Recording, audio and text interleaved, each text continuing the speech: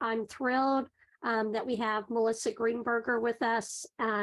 She has some great experience. And one of the things I love is that she's been on both sides of the equation of funding. So she's been a grantee, which is where most of us are at, but she's also now a grantor. So she has that unique perspective that is really helpful. She can definitely empathize with all of us and how we are trying to raise the money to do more in our communities. And she also has a lot of insider tips that she can share with us. So we are thrilled to have her with us.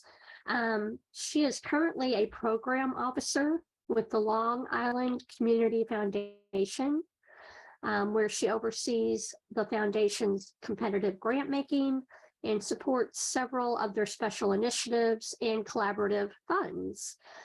So if any of you have a local community foundation, you kind of know how that works, and they are a great resource in all of our communities. So I'm interested in learning more about how they operate and her experience. But before she joined the Community Foundation, she was the senior staff attorney at Pro Bono Partnership, where she provided direct legal services to nonprofit organizations in New York. She's also held various other roles in the legal field. So lots of amazing experience. Thank you so much. On a more personal note, Melissa shared with me that she knows Amy through book fairies and has actually volunteered with them, and along with her daughter, I believe. So just all around is going to be a great resource for all of us. We'll ask kind of what we've been doing is if you have a comment, please put it in the chat. If you have a question, please put it in the chat. I'll try to keep up with those as we go along and ask them. Hopefully we will have time to get to all of that. I know Melissa has a lot to share with us. And one of the things when I talked with her earlier this week that really struck me, that she asked about Bookum, and I think it applies to all of us, of course, is what if our doors close tomorrow? And I was like, wow, you know, we all should think about that. So Melissa, I'm going to turn it over to you and tell us a little bit more about kind of what you were really asking me. Sure, thank you. So first of all, thank you for the introduction, and thank you to Amy for inviting me to speak here today.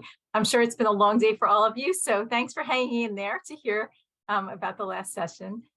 Yeah, so when I spoke to Melissa earlier this week, I asked her about the vision. What's the organization's vision? And really, you have to understand not just your mission, but what your vision is to be able to communicate your impact and your work to a funder. So people sometimes get confused between mission and vision, and I like to think of it separately. So your mission is, what you do every day and sort of why you do it. And your vision is, what do you hope to achieve? Like long-term, in a perfect world, what does success look like? Why would your organization no longer need to exist if you achieve that vision? And then take that another step further and say, well, what if you had to close your doors for some reason? You ran out of money, all these things I always say, like, God forbid you had to close. Or for some reason, you're going to retire and nobody else wants to take it over. Or it could be a myriad of reasons why you need to close your doors. But what would that mean? And so if you think about that, you think about your vision first. So is it, and this is something Melissa and I spoke about, is it a world where every child has access to books at their house or in their school? Is it a world where they have access to books of their own choosing? Is it a world where, every child is going to graduate from high school and be literate? Is it something else? Maybe there are other components of your program. And then if you close your doors, who would be impacted? It's probably not just the individuals that you're serving, it's the community you're serving. Maybe it's the schools that you're serving, the teachers. How about your own staff, your volunteers, your donors? What does it mean for all of them? And who else would be affected? And so when you're thinking about your impact, don't just think about the work that you're doing every single day. You know, I know we're all so focused and put so much energy and passion into that work we do every day, but thinking in larger terms, like who is being impacted?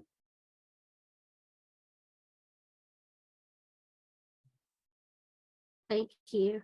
Yeah, it's something to really think about, and it definitely applies to all of us. So we're going to kind of walk through the process of applying for a grant, probably in some respects, and the relationship with that funder, and kind of how we communicate our impact, but also just how we communicate and build that relationship when possible. So obviously outreach is important.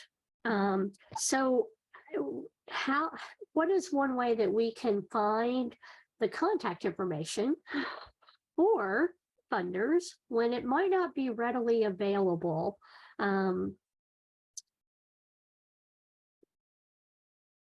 Yeah, so philanthropy is very relational. And if you've ever worked with a community foundation, so at the Long Island Community Foundation, we're a small foundation and we're locally based, right? So we are working with organizations on Long Island. And there are hundreds, probably thousands of nonprofits just across Long Island. There are 3 million people on Long Island. And we have a website. We're actually a public charity. We're a division of the New York Community Trust. So some of you might know that entity because it's much larger. So New York Community Trust has a website. We have a website. Very easy to find, you know, contact info, staff information, things like that. But not all foundations do, especially smaller private foundations, family foundations. So if you know the name of an organization, of course, that's always a good starting point. The IRS has a website, and on the website, there's a tab for charities and nonprofits. You can go into that tab and actually search for an organization. So if you know the name of the foundation you're searching for, you'd enter that, and then you're going to look for their 990. So whereas you file the 990, whether it's the 990N, the 990EZ, or the full 990, private foundations file 990PFs.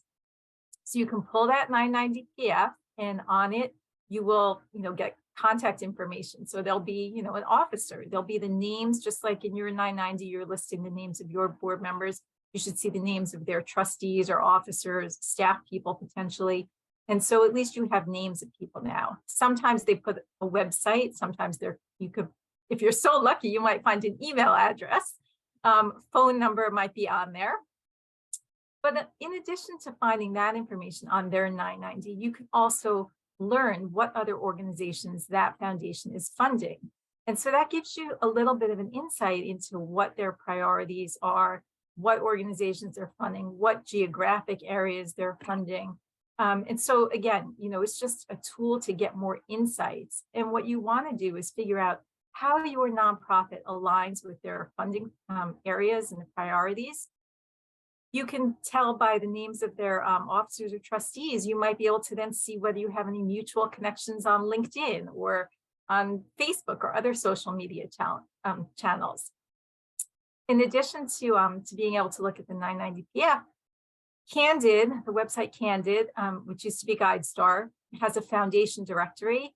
I understand it's quite expensive, but people can pull resources, or it might just be a one-time investment to really help you build your prospect list. Of course, there's always social media, Google searches. Something else you could research is what conferences different foundations and funders have sponsored or where they've spoken to, again, give you a sense of their priorities. So really important to, create your prospect list and then start working on building those relationships. Great, thank you. Yeah, in some respects, it seems like there are endless possibilities, but when you start digging, you do want to make sure that there really is a match. And, hopefully there is a match. And when there is, it is important to communicate with that funder. So can you tell us a little bit from like your perspective of how much communication do you really want and what form that might take? Sure. So, when you know one funder, you know that one funder, right? So it's all relational, but you're really learning what one funder wants and what one foundation wants doesn't mean that everybody else is going to want it. So when I answer this, understand this is from my perspective. Again, we're a small community foundation. So I really enjoy getting to know our grantees and organizations that are applying for grants, even if they're not current grantees. I want to hear from them. I want them to share, success stories. I want them to send me pictures about your work. So just recently over the, New York is kind of special, right? We have President's Week off for schools here. I know that's not around the country, but one of the organizations that we recently gave a grant to, Melissa's laughing, President's Week school vacation. So one of the organizations we recently gave a grant to was to do a breakfast program for kids who usually get preschool lunch and breakfast during school year.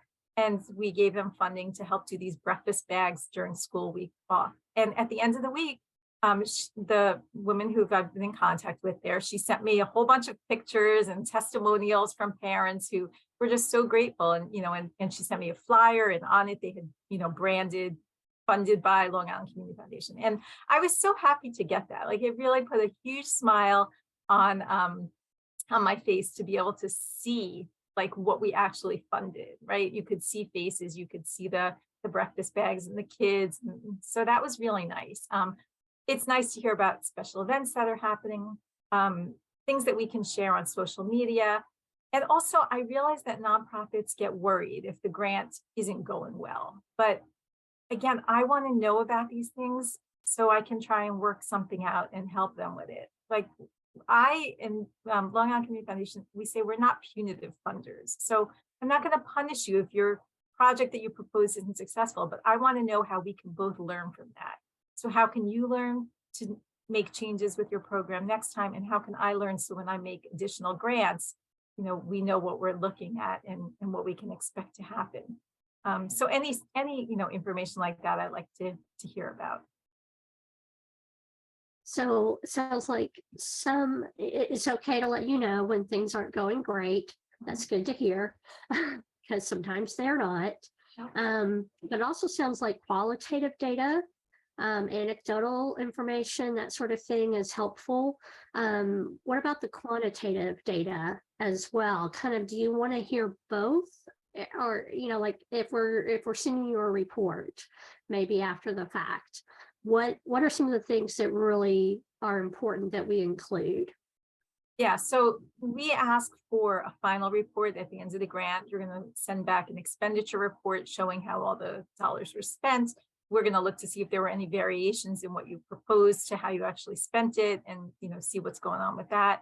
But we do like to see, the statistics, not just the outputs, but outcomes, things, that were successful, lessons learned, any information that you can provide on that. We like to hear that in the final report. And like I said, though, if there is something that's gone awry in the midst of the grant period, I want to know about that sooner rather than later. Sometimes, it doesn't always happen, but I like to tell that I like to tell the grantees when we award the grant, like, we're in this together now. And so I want to be there as a support for them. And in addition to funding, I can provide other assistance, right? I can help connect them to other organizations. I can potentially make introductions to other funders. I can provide letters of support if they're trying to get other grants, or they're working on a different project and they need a letter of support. So there's a lot of other things that I can do. And that's, really what I love about building these relationships with our grantees.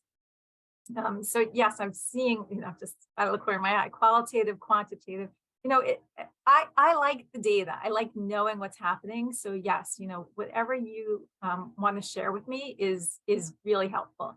And like I said, our final report has specific instructions about what we want to see. But we look at everything. So. Okay, thank you.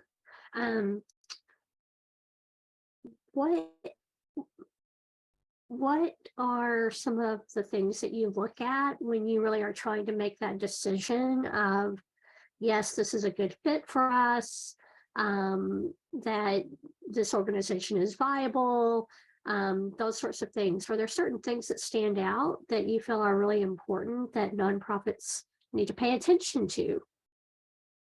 So again, everybody's filing a 990.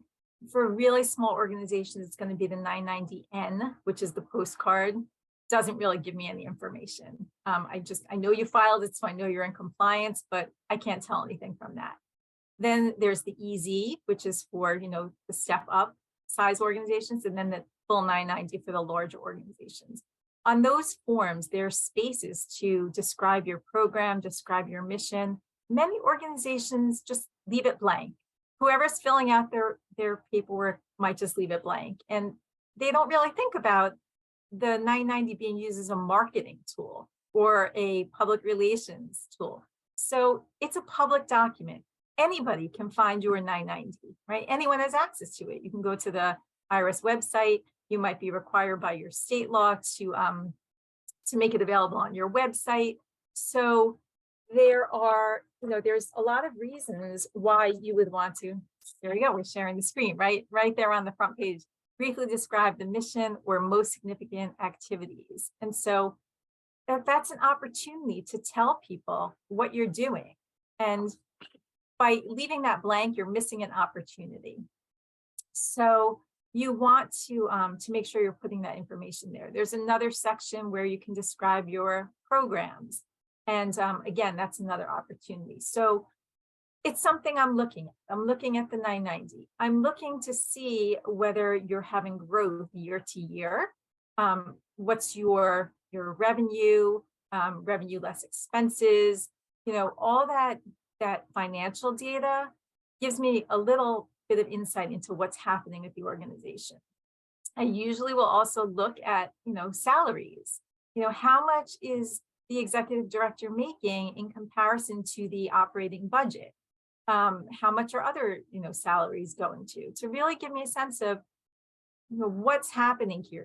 Is this executive director making, so much money that there's not enough for program, and then they're coming to me to ask me, for money for something else because maybe they're not being fiscally responsible. So again, it's a snapshot. It's just a piece of information that we look at. But we look at the assets and want to see growth year to year. Again, with COVID, everything was just way out of whack because so many organizations had to stop their programs or didn't have the same income streams and things like that. So, we understand like a year could be a blip, but for the most part, we're looking at that to see if they're viable. I also look at the number of board members. So New York State requires a minimum of 3. We as a foundation say 5 would be best practice. And I can see all those board members, again, should be on your 990, see how many board members there are. So I look at that to see what the governance is. I look to see whether you have policies in place, conflict of interest policy, whistleblower policy, what's the governance like of the organization. So all those things give us a sense of what's happening and is this organization viable. Okay. That's good to hear, because that makes me feel like I should definitely pay attention to my 990, which Yes. I do, but now it's like, yes, it is important to do that. Yeah, and also diverse funding streams, right? We want to make sure, you should really want to make sure too, because you could lose your public charity status if you don't have those diverse funding streams. So that's another thing to look at and pay attention to. And when you say diverse funding streams, can you give us some examples of what you mean? Yeah, so like in my prior role, one of the things that I would have a lot of organizations first starting up. And so the founder would say, well, I'm taking my life savings and I'm putting it into this nonprofit. And I would say, like cringe a little bit, like, this isn't your bank account, right? You can't start the nonprofit to personally benefit from it. This is a public charity. And the IRS will not look favorably on that. They look at, for public charities, they look at the public support test to see, is there like a third of the money coming from different areas? Are you getting, is it, a combination of like private donations and maybe foundations and fundraising events and, different donors, so that it's not all from one place. Yeah, it's hard when it's all coming from one place because it could go away. Well, thank you. That's good to hear too. Hopefully we all do a pretty good job of communicating information and data and all to our funders. But I'm sure there are some mistakes that we make. What are some of the mistakes that you've seen that probably could have been avoided? Yeah, I can give you a whole laundry list. Give you some. So, I say I'm fortunate. At a small community foundation, I have the time to really look at every application that comes in. So, just for example, we have 2 program officers at the Long Island Community Foundation. In our last grant cycle, at the end of last year, we had 70 applications. That's 70, right? So, and that was the most we had ever seen. And to us, that was a lot. And we got to split it 35 for each of us to review, right? And to me, it was like, oh my gosh, this is so many to review because it was a big grant cycle. But there are foundations that get thousands of applications. So depending on what their staffing is, or even with a large staff, to review 1,000 applications, my guess is that they can't spend the same amount of time as I can spend on, the 35 that I'm reviewing. So I really do, take the time to review. And I can do that. But if you're with a big funder and they have thousands of applications, if you have a lot of typos in there, or it's not written clearly or easy to read, that proposal is not getting read. Right? They don't have the time for it. They're not going to take the effort. Also, if you haven't clearly defined your problem statement of what you're trying to solve for, that's another big. And a lot of organizations have a tough time doing that. So I was reviewing a proposal with a group yesterday, and they were seeking funding for a community garden. And the proposal started off talking about, the need for the community garden. And then it was talking about diabetes. And then it was talking about food access. And it was talking about healthy eating. And then it was nutrition. And when I spoke to them, I said, I read 5 paragraphs and each paragraph had a different topic. And I don't know where you're going. Like, can you tell me what it is that you're trying to solve? And they gave me this, the picture. And at the end, I said to them, I really wish like that was somewhere in the proposal. It was nowhere in there. And that was a big opportunity, a big missed opportunity. But had I not had that Zoom call with them, to spend an hour with them, I wouldn't have known that. And that proposal would have been just out the window because it wasn't cohesive.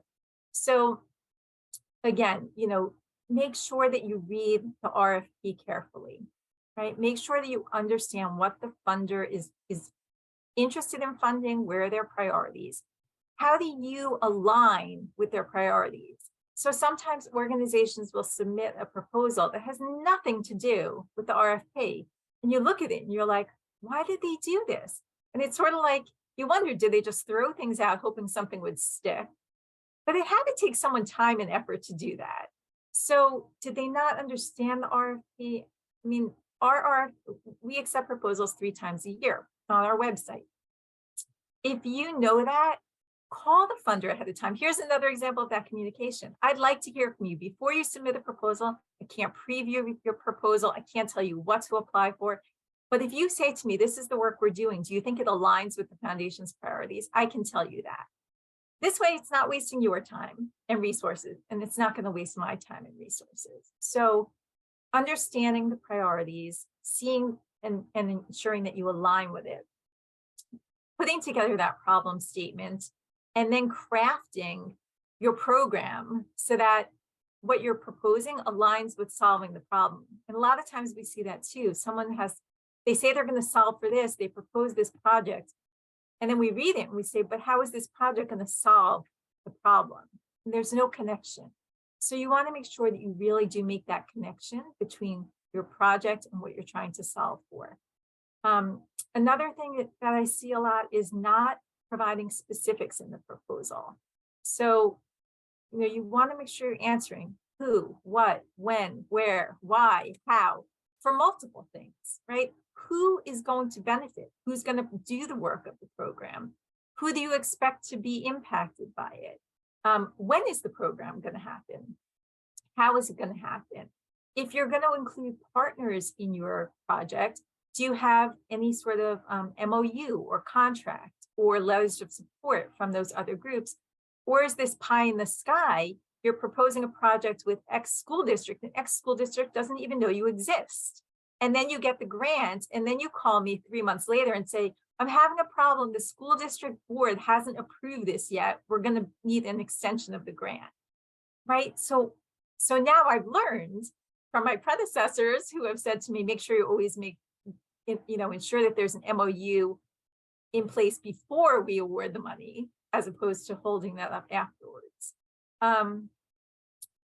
Again, one of the questions I ask when I'm reviewing proposals, so after I receive it, but this is a conversation I have, is, why is this a good investment for our board? As a foundation, the Community Foundation is a steward of the donor's money. So how do I know I'm recommending a good investment? And how will you measure success? How will you know the program is successful? And how will I know the program is successful? And I think that's an important piece for organizations to think about and be able to convey that. Something else, I see, you guys are in the field, you're doing the work, you have your own jargon and acronyms. I'm not in that world. I see it also often where a proposal comes in, it's got these acronyms and jargon, and I read it, it doesn't make sense to me. So, try to avoid doing that. Make sure you proofread. Somebody I saw pop up using Grammarly, editor, but proofread it, because that doesn't always catch all of spell check doesn't always pick up typos, and they can be very distracting. So, so make sure that you're doing that. And again, a mistake outside the proposal, ask for introductions to other funders. There's just so many ways that foundation can help you. I feel like I could go on about mistakes and tips, but you probably can, and I'm sure many of us can, if we really wanted to, we could own up to some of our own mistakes that we have learned from, hopefully, and not make that's again. What's important, right? To learn from it so that you always do better. We want to raise the bar, right? Make it better next time. So right. So what if you're a newer nonprofit? You don't really have that financial record yet. So are there ways that you can think of that might help some of the newer nonprofits to strengthen their request for financial support? And that can go for some of us who've been around a long time as well, is that some of us have been around for 30 plus years. And so sometimes that shiny new object is the thing that is more attractive. Yeah. So for new nonprofits, it's hard, right? Like, you don't have that track record. You're not known well in the community yet. So partnering with another organization can be very helpful. We require, at the New York Community Trust and Long Island Community Foundation requires that for small new organizations. They work with a funds administrator or fiscal sponsor. This way we get a sense of security from that risk of taking on somebody so new. So we want to make sure that the organization has systems in place to manage the grant funds. Do they have capacity to write the final reports, to keep track of the expenditures, because we want that expenditure report at the end. So maybe you can use a fiscal sponsor or a funds administrator to help you learn and build your systems and oversee that grant to help you get up and going. Collaborating with similar nonprofits that might have different similar missions, but different areas, different impacts, right? Maybe they're working in the community next door, or maybe they're doing literacy programs and you're doing book distribution, or the other way around, or somebody is doing some research about kids' reading levels. So there are ways where you're in the same space but not doing the same exact thing, and so you might want to collaborate on a proposal. And this way it might be more attractive to a funder, because they say, oh, well, now our dollars are going to be going to a larger geographic area, to different nonprofits who are collaborating. There's potential for bigger impact. Also, in terms of strengthening your proposal, you want to make sure that the budget you submit with your proposal ties to the work that you're proposing. So be realistic about what you can accomplish with that budget and within the time frame of the grant. sometimes, so this goes also to my previous work when I would work with nonprofits who were first starting, and they would tell me they're going to do, A to Z in year one. And I would say to them, it's you, right? It's you and your 3 board members. How are you going to do that all? Like, start small. You need to take time to really become good at what you're starting with before you start expanding. So the same thing, understand what you can do with those dollars based on your resources and put in your project and your budget that, the scope of it makes sense. Explain, in terms of strengthening your request, explain to the funder how your work changes lives and or contributes to positive change in the community, right? Strengthening that support, that request for financial support is all about, why this is a good investment, why you should make this grant to me. Make your proposal stand out. Like I said, I was reviewing 35. To me, it was a lot, but I can tell you after you read, 10 or so, it's sort of like things start blending together. And so you really want to make sure your proposal is well written and that it stands out to the funder so that, they're drawn in and want to learn more and then, continue the conversation and build that relationship. Yeah, that's great. You mentioned collaboration, which I think it is something we all want to do, and we know that funders like to see that. So is there an issue with a specific organization, let's say Bookham, were to submit an application? Obviously, we would not be eligible with the Long Island Community Foundation, but, and we had several partners, but we would be kind of the fiscal sponsor of the funding and the reporting to make sure that every entity got their portion of the funding and was reporting accurately. Have you seen instances of that has worked or instances that have not? So you're talking about like a Long Island organization would be the applicant. Yeah. And for a whole bunch. Yeah. So we have seen that. And then, what's really nice is when you have the applicant who's going to manage everything, and then they have partners, they're putting a piece of the grant funds to each organization. So everybody is sharing in the grant funds. It's not just like the one is taking it and they're saying, oh, we're working with all these groups, so we're not recognizing. We want to see that, sort of like level playing field for every organization. But we have seen collaborative proposals, and it's nice to see those when groups are working together. I have said for years, when I was at Pro Bono Partnership and others, collaboration in the nonprofit sector is key because nonprofits are always doing more with less. And so you have to collaborate. Like, everybody's chasing the same dollars. Everybody's looking for the same donors. It's really hard to raise money. It's hard to be doing the work that you guys are doing every single day. I know that, I know it because I was a grantee. I've worked for nonprofits for probably, the last 12 years before I joined the foundation. Fundraising's hard and it's necessary, otherwise you can't do the work that you're doing. So I appreciate that. Yeah, thank you. Going back to data a little bit more, because I think we all struggle a little bit with what's meaningful data. And I think it varies depending on the funder to some degree and the relationship with that funder, of the qualitative data, the quantitative data, trying to focus on outcomes versus outputs.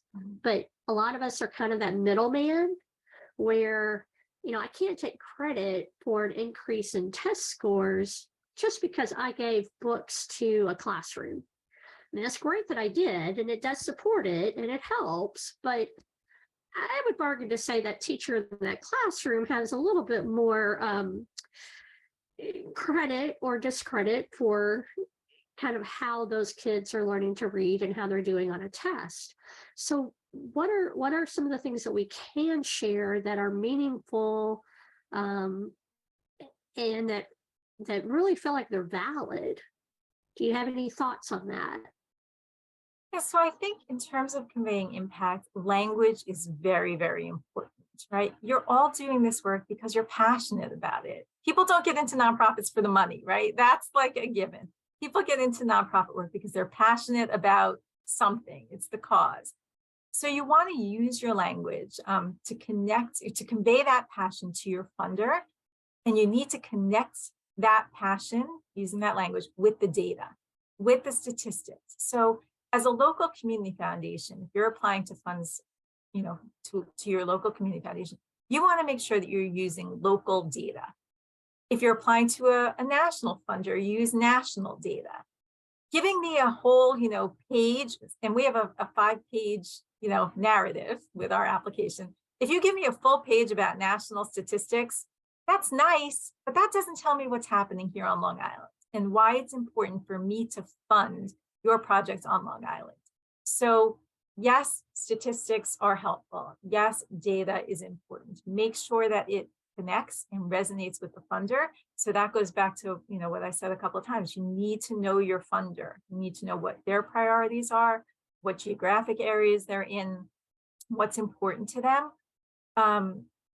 Focus on those outcomes, not necessarily the outputs. And that's hard.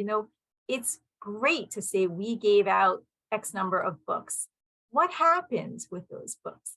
Now, I don't need you to tell me, oh, well, this kid, learned to read, because you don't know that, right? And you're relying, there's the teacher and there's their other classes. But what you can tell me, if you're collecting the right data, right? So this goes back to what data are you collecting?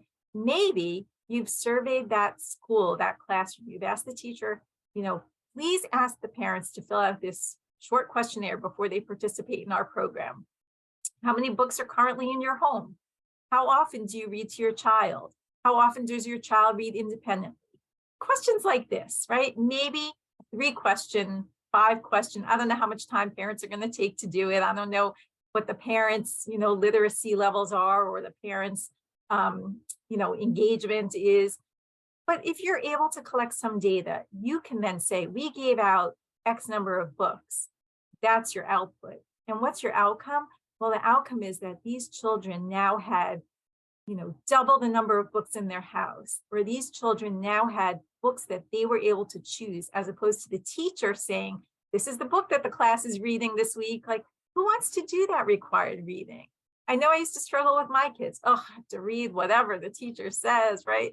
Especially for summer reading. Years and years ago, our school switched from the summer reading required, what you had to do, and they used to give kids then a choice. Here were like 10 titles you could choose from, and the child was able to pick their own book. There are studies on that, I know, that show that kids who choose their own books are more likely to read it. So maybe it's a vocabulary test that the teachers are doing, and you can say that the students' vocabulary improved. So there are questions that you can ask, and I think there's data that you can collect that you can then attribute to those books that you provided that may not have anything to do with what's happening in the classroom. Also, in terms of conveying your impact, so I mentioned, we have a 5-page 5-page limit on your narrative. A lot of applications have word counts. We don't have a specific word count, but a lot of times when you're applying for a grant, there's a word count. If you're using an online portal, that's it. It's going to stop you. So I find it really helpful to type your responses in a Word document. You can see your word count on your Word document. Just keep editing it and paring it down and condensing and being as concise as you can, but explaining what's most compelling, right? You have to really focus on what's the most compelling information that you need to tell the funder, as opposed to all the other stuff that, some of it might be background, some of it might just be like extraneous details. So you want to really use that word count to your advantage to tell the most compelling story you can within that word count. And also you want to convey to the funder, to convey your impact, you want the funder to know that you have trusted community partnerships, or that you're considered, you want the funder to feel like this is authentic. So do you have trusted relationships? Again, it goes to those letters of support. Now, the funder might not ask for letters of support. We don't specifically ask for it in our application, but we don't say you can't submit it. And we don't have a closed portal where it wouldn't allow you to do it. So sometimes there's a way that, it'll say attach or upload any additional documents. You could put letters of support there. You could, just attach it as part of your application. So if it's not prohibited, push that envelope, right? Provide additional information that you think, again, is compelling and relevant and shows your trusted partnerships and your impact in the community. Don't just send things just to send things. Yeah, so it sounds like one of the things that is okay is to take some of that national research that, isn't my Nashville longitudinal 20-year study that does not exist, but it exists in other formats and other places that I can extrapolate the information, the data, that it does really tell our story to some degree, that it is okay to do that, but I do need to bring it down to the local perspective of here's what this means for our community. And that probably is going to be important when it is a local project. Is that fair to say? Yeah. So again, right, it's knowing the funder. If you're applying to a local funder, you want to tell them what's going on. Even if you're applying for, a state organization, to be able to say what's happening locally, you want to use that local data and then include some statewide data. And maybe your local data shows that your neighborhood or communities that you're serving are in, like a worse shape than the rest of the state, or, how you compare to other parts of the state. So that would be important as well. Okay, great. Thank you. I think one of the things that we all think about is social media and how time consuming it can be, and yet how important it can be. And for funders, I just don't know. Do funders look at social media when they're considering nonprofits and all, or not? So again, I can only speak for myself. I don't typically look at the social media. I look more for the websites. And the reason I'm looking at the website, I want to see the whole, the breadth of the programs. I want to see who's on staff, how large is the staff, how large is the board. Are there community partners listed? Are there sponsors listed? That gives me a better sense than seeing a social media post. Again, like I said, I like the communication. I like when when my grantees send me the photos and send me testimonials, and definitely including that in the final report is always appreciated. But I don't necessarily go to social media when I'm deciding on whether I want to, recommend this to my board as an investment or for funding or anything like that. So of course, you don't want to be on the front page of, like, here we have Newsday, that's our local paper. You don't want to be splashed on the front page of Newsday or on a social media post where, like, it's, the Attorney General's office is investigating, or the state just pulled all the contracts for this agency or something like that. Like, so if I see that, that's going to be something different too. So avoid the front page. It's very rare that there's something good about a nonprofit that's buried later on in the paper. But those are, it's nice to see those things too. But I do look at, articles about the organizations if there is some media coverage and things like that. And especially appreciate when they've given a shout out saying, this program was made possible because of, the Long Island Community Foundation. So, definitely recognizing and acknowledging your funders is always appreciated. Yeah, and along those lines, what are some of those recognition mechanisms that at least from your perspective are meaningful? I know it varies depending on the funder. Yeah, so like I said, the organization that did the breakfast bags, they had their flyer when they were promoting the program to the parents for the week, and on it said, sponsored by Long Island Community Foundation. We do a lot of environmental grants, and so sometimes they'll put signage up about, let's say it's a native plant garden, so they'll put a sign up, this garden has been funded in part or in whole or whoever by Long Island Community Foundation. This way, the public we're getting our word out there, our name out there to the public, and there, some recognition. And then it's good because you might have someone from an organization or who's connected to a nonprofit. They see that, they're like, ooh, I wonder what else they fund. And so it might bring new grantees to us, but it's also good because people who are interested in donating or, leaving charitable gifts in their wills or planning or creating donor advised funds can also, it gives us recognition. And so, they might come to us for that as well. So we're at the intersection of connecting, people who care and want to make donations with the nonprofits who need it. And it's a great place to be at, to be able to make those connections and help both sides. Yeah, I'm gonna go a little off script here, Melissa, but Uh-oh. I'm sure you can handle it. So that tell us a little bit more. Not everybody, I didn't think about this, but everybody may not be really familiar with how a community foundation is organized. I know in Nashville, we have one that is the Middle Tennessee Community Foundation. They have donor advised funds, they have grant giving, they have scholarships, they have lots of different programs that they do. I don't know that every community has one. Hopefully you do, because they seem to be a really good resource. But can you tell us a little bit more about how you're organized, and are there, yes, obviously the grant making piece is something we can take advantage of. Are there other aspects possibly? Yeah, so we do we do grant making in 3 different ways. I see like 3 different pots. So there's competitive grant making, which is how most of the money goes out. We have 3 grant cycles for that, and that's where you're responding to, you're submitting your proposal in a specific category, and that's reviewed. That's the whole process I've been mostly talking about. Then we have collaborative funds, which is where different donors come together, they pool their resources, and they're basically single issue areas. So for example, we have the Long Island Sound Stewardship Fund, which has a bunch of funders come together. We make larger grants to organizations working to improve the health and water quality of Long Island Sound, and that's New York and Connecticut. So although we're Long Island Community Foundation, it's the Long Island Sound, which impacts, New York and Connecticut. And then we have donor advised funds. So we host those where anybody can open a donor advised fund. So before I came to the foundation, I thought, oh my God, donor advised funds, you must have to have so much money to have a donor advised fund. Like, who are these, uber wealthy people?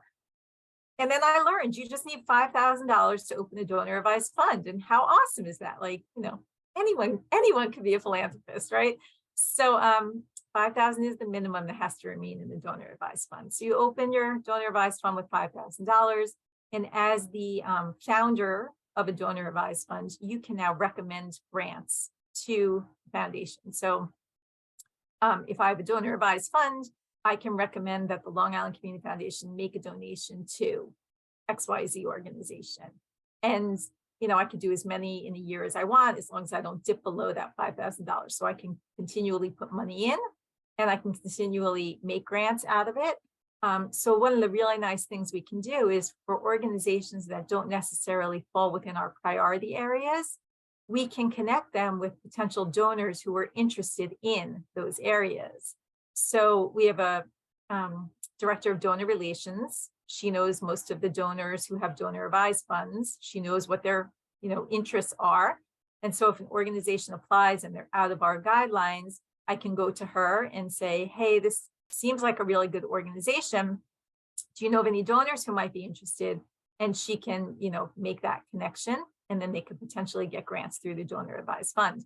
The other really nice thing is that because it's a donor advised fund, the person who sets it up, they don't have to file 990s. The moment they make the deposit into the donor advised fund, they get the charitable contribution for their tax purposes, because we're a 501c3 charity. So they're making the contribution immediately to a 501c3 charity. The money can, wait in there a little bit until they make their donation. So that donation doesn't have to be made by end of year, donation into the donor advised fund, if they want it for that year, has to go, but they don't have to beat the deadline for, charitable giving for a specific year or anything, and they can make the donations whenever. They also can make donations to organizations that don't have to be on Long Island. So it could be an organization within New York State, it could be within the United States, it could be even international with our donor advised funds. So that's pretty cool. And we also vet all the organizations that we would be making the donation to on their behalf. So they don't even have to worry about researching the organizations. So they get the benefit of our knowledge and our due diligence. It makes it really easy for people to do charitable giving through donor advised funds. Nice, thank you for that explanation. The community foundation used to be like and donor advised funds and all of that used to be just total mystery to me until I started having to apply for money. And then I was like, I guess I need to know more about how this works. We're almost out of time, but I wanted to just, is there anything else that you want to share with us? Anybody have specific questions? I don't see anything in the chat. Kind of been monitoring it. I appreciate the comments in there. But anything else that you think we should know that you'd like to share, or does anybody have questions? I think, while people might be thinking, but I think, again, so important to build the relationships, to let to let your funders know if you're running into problems sooner rather than later, because maybe they can work with you to help you out. Also, don't quickly chase money and funding opportunities, right? So again, this goes back to my legal hat. Avoid mission creep. Your certificate of incorporation tells you what you were authorized to do. And sometimes I see organizations, they apply for funding and I look at the website and I'm like, I don't think this is within their wheelhouse. Like, why are they doing this? But sometimes organizations think, oh, well, we'll apply for this money. And if we get it, then we'll expand our programs. And, that could open up a whole can of worms because they may not be authorized to do that. And also they don't realize what it's going to take to build that program, right? The time, the resources. So, so just be really careful about avoiding mission creep and chasing money and trying to create programs, after you get the money. Really, make sure you're able to envision the program, take the time to, envision your project and put that proposal together. All right, thank you. I think Eileen has a great question where we'll ask several funders to help with one project, because from year to year, you don't know who's going to say yes. And you want to make sure you get the funding you need. How do you look at that? Yeah, I feel like that should be your worst problem, right? They're asking multiple funders to. Yeah. Right. I mean, it should be that should be your worst problem, right? Getting too much money in and saying like, well, we asked them both for it. I think you could, potentially go back to one of the funders and say, listen, we got this other money. Can we use the money that you've given us to do this? We have this other program, or we have a need for this. Some organizations will do general operating support. We don't do general operating support, but some foundations will. And so that's an easy way to just use it wherever you have the greatest need. A lot of times the donor advised funds could be used for general operating expenses. So you want to look and see where you can get general operating support. But I don't think there's anything wrong with going back to the funder and saying, we got this money, we weren't really expecting it. And so now we're going to have a surplus. Or maybe you figure out a way to expand the program on the extra dollars, or, how you can do more with those dollars. But definitely a conversation, don't just ignore it. Okay, good to know. You can't say yes to everybody. I hear that a lot. It's like we don't have endless resources either. We think funders do. It's like, you'll have plenty of money. You just need to give it to us. Right. But, sometimes we get rejected and we don't know why. I mean, it's like, well, okay, what did I do that maybe didn't work? Is it okay to come back and ask? Or, do you have time to talk to 30 different groups about why they got money or didn't get money? So again, being the small foundation, for the most part, I do have time. I don't think everybody does. I know for sure in the year and a half I've been there, not everybody has come back and said, hey, why didn't I get money? Some have. And the people that reach out, I do have conversations with, and I try to explain, what it is, what happened.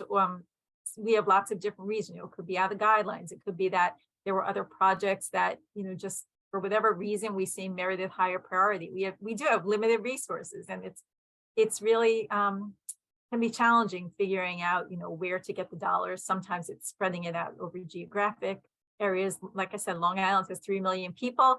We're really stretched, you know, far in terms of, you know, east to west. And so there's lots of reasons why you might not get funded, but I think that it's a good idea to reach out and ask. And some foundations, again, the ones that get thousands of applications don't have time to give you that feedback. So if you're lucky enough to be able to get the feedback, take it, ask for it and take it. Yeah, yeah. I always want to know, how can I improve? You know, was it just the fact that mine just wasn't as good a fit, or that I did something wrong, you know, or just wasn't compelling at all? So another question, two more questions real quickly. We were earlier talking about endowments, and how, you know, some nonprofits do have endowments, some do not. It is hard to make those grow. And there was a suggestion that we should ask for 20% of a grant to go toward our endowment. Is that something that you've ever come across? And how, and if not, how would you feel about it? I haven't seen that. I don't think as a community foundation, it would be something that we would entertain, but you never know. You know, I haven't seen it. So hard for me to answer that one. Kind of feels like maybe maybe a foundation or a funder who does general operating support might be more interested in doing that, or a private donor or corporate. I'm not really sure about that one, but I haven't seen that. Yeah. Okay. No, appreciate that. And then what about new ideas or things that really are creative? Is that something that, you know, you do look for in grant applications sometimes? I do appreciate that. Again, I want to make sure that it's well thought out, that whatever that X that you're trying to solve, whatever that problem is, whatever you're proposing as a new idea really makes sense and connects to solving the problem. So, you know, I love learning about new ideas. I wish we had like an innovation fund. There are some organizations that do innovation prizes. J.M. Kaplan Fund right now has a call out for proposals for their innovation prize. They're super competitive, but you know, again, building those relationships, talking to the funders, asking what they're interested in. You know, you never know. But yeah, sometimes we have to stop doing things the way we've always been doing them and come up with creative ideas to solve problems.